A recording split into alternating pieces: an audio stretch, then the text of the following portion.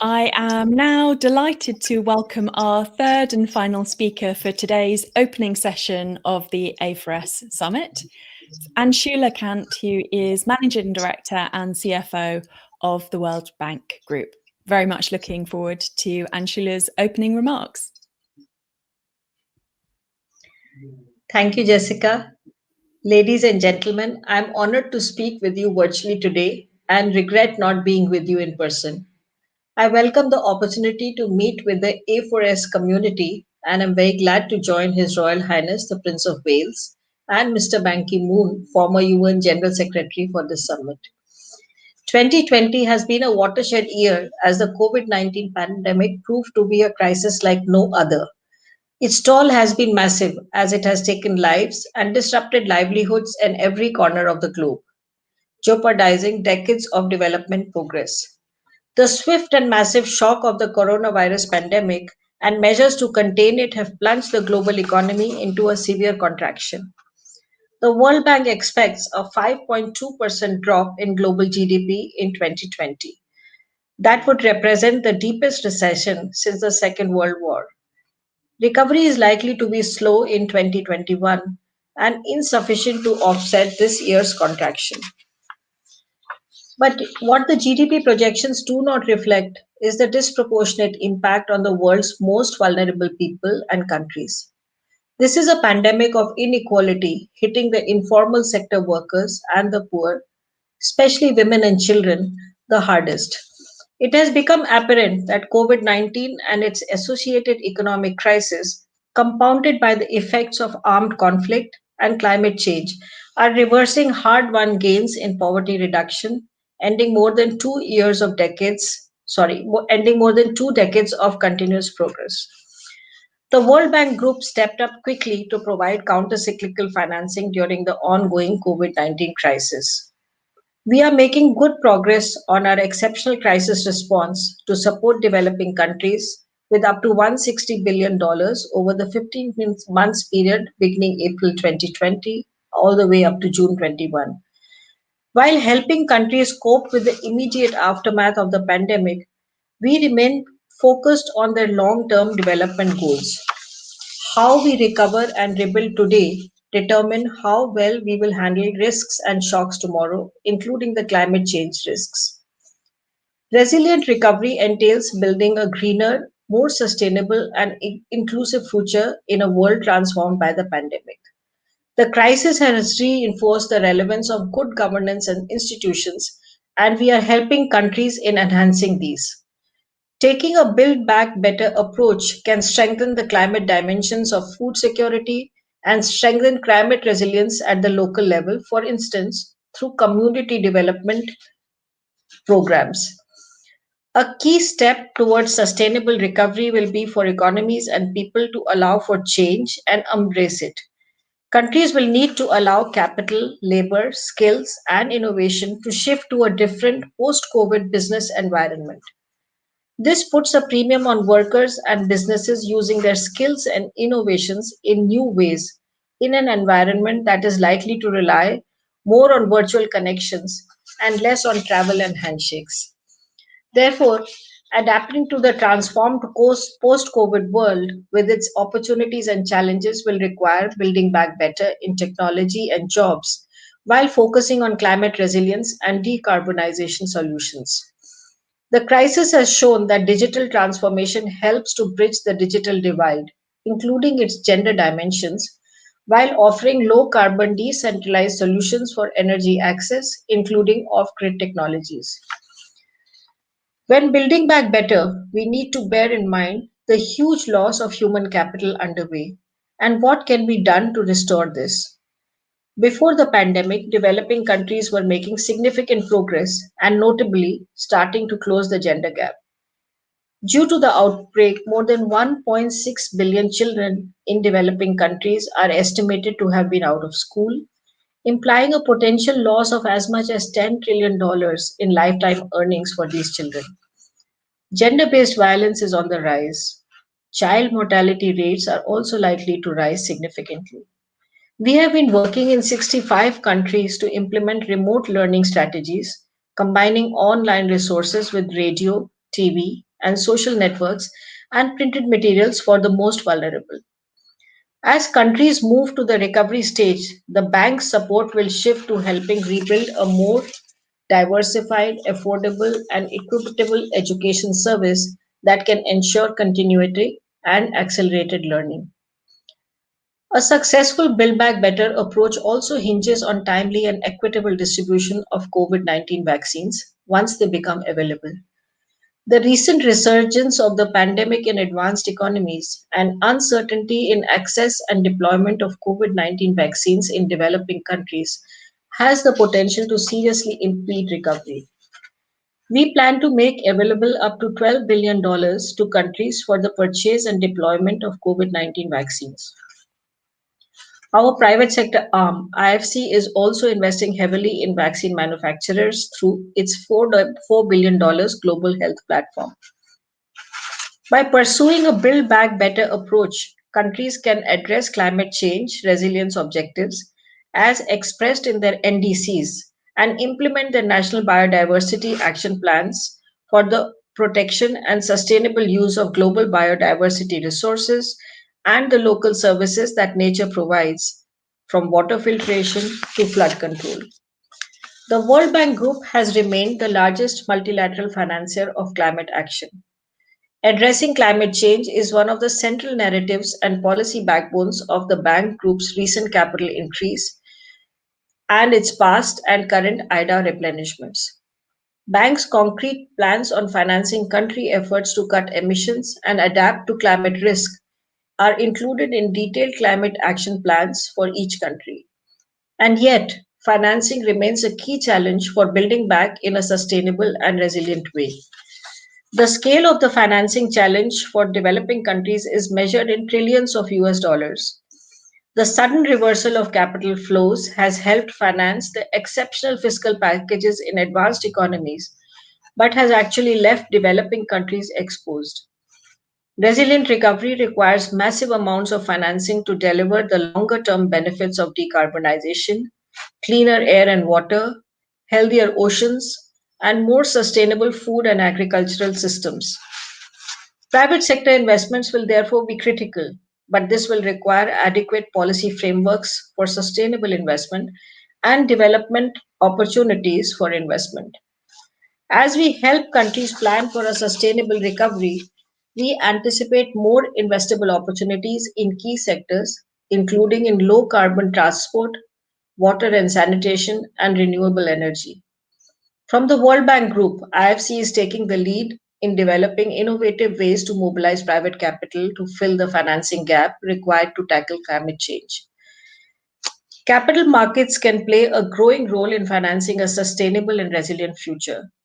Since 2008, when IBRD issued the first ever green bond, we've been working tirelessly on developing sustainable capital markets and harnessing the extraordinary power of the international and local capital markets for sustainable development. In 2015, the World Bank began using the Sustainable Development Bond label to highlight its mandate. As interest in SDGs grew, we have been issuing bonds to raise awareness towards development challenges and have been connecting investors to the purpose and importance of their investment using the SDGs as a framework. For example, we have issued bonds to raise awareness for the need to protect marine and freshwater resources, tackle the use of plastics to protect our oceans, address food loss and waste, and the importance of gender and income equality. The World Bank takes a holistic approach to green financing. We are both an issuer and promoter of green bonds, an investor and mobilizer, as well as a lender and provider of advisory services.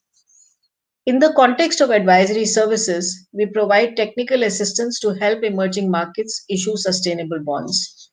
This is part of a broader work to promote and finance sustainable development and drive resources towards countries' environmental and social priorities. Our work in this area has been very successful, as the countries we offered advisory services to have issued sovereign and corporate green and blue bonds.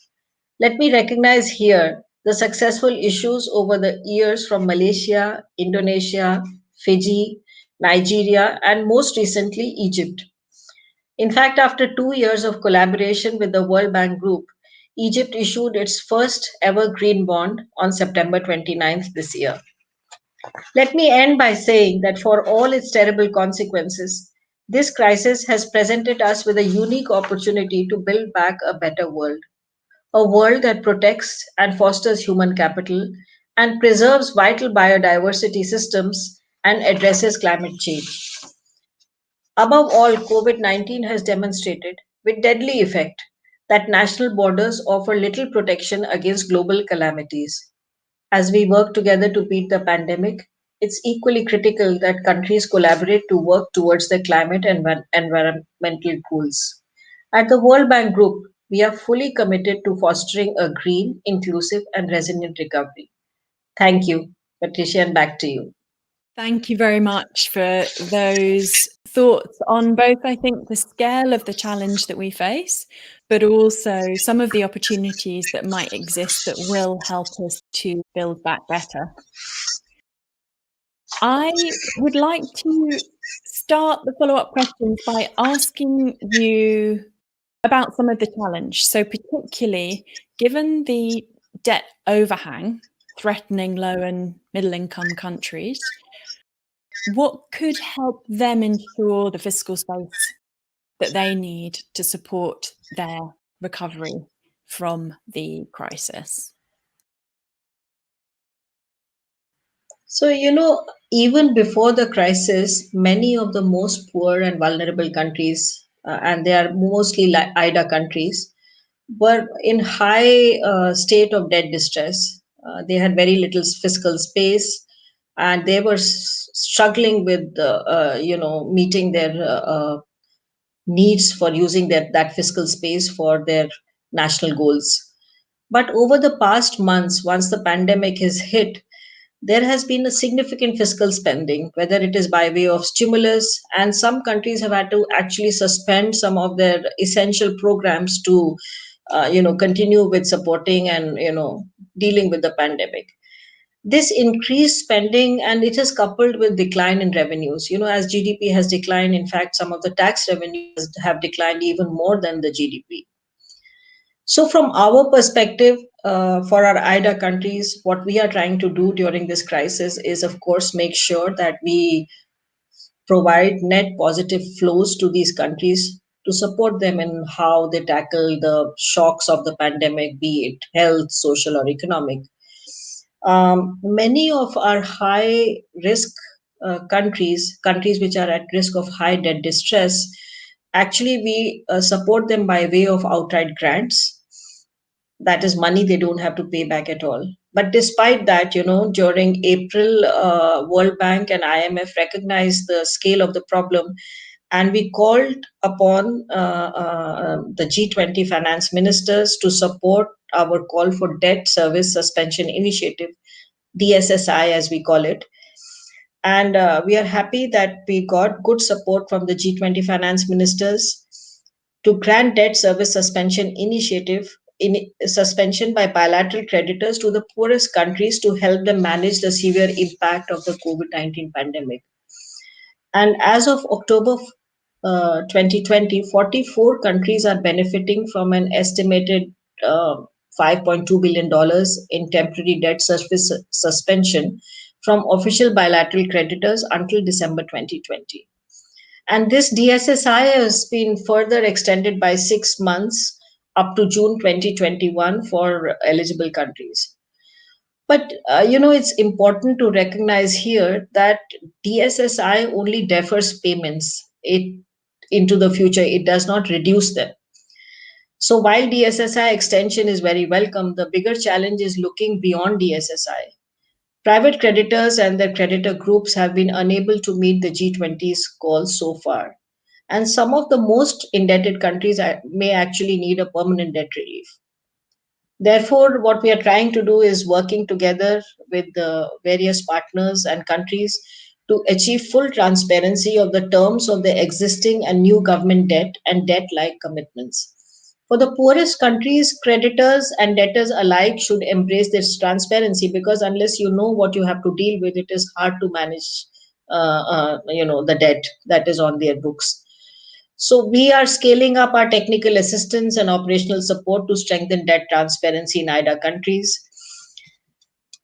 Many poor countries are in fact now publishing debt reports and medium-term debt management strategies. Moreover, in our latest international debt statistics report, we have provided great details and more disaggregated data on external debt than ever before in the last 70 years, let me say this. But the fact is that according to this report, the total external debt of DSSI eligible countries climbed 9.5% to a record $750 billion or so in 2019 from the previous year. The pace of debt accumulation for these countries were nearly twice that the rate of other low and middle income countries. So we have a problem on our hands. We are working with other players and partners to hopefully work through this crisis in a more orderly fashion than we did maybe in the 80s Yeah. in the last century. Yeah. And I think that challenge of debt is something that all economies are facing, and is something that is going to be with us. And clearly, private finance plays a role here. I'd like to ask an additional question at the World Bank Group, but also thinking of your former role at the State Bank of India. You've got a wealth of experience from the financial world. Can you say how the capital markets can help in this context of the economy that we've talked about, to make sure that climate and other environmental risks and opportunities are incorporated into decision making? Thank you. That's a really relevant question, and as I said, financing or lack of it is actually one of the key stumbling blocks in countries achieving their ESG goals. So, at the World Bank, from the World Bank, IDA, and IFC, we have been a massive issuer of bonds in the capital markets, and all our bonds are sustainable development bonds. What we have understood that investors need to understand what we are doing with their funds, to put it very simply. They need communication from us, they need transparent reporting, and that is where we come in. Each year we issue from IBRD and IDA together, we issue about $65 billion of bonds each year. And last year, in this year, that is 2020, that is just gone by, financial closing is June 2020.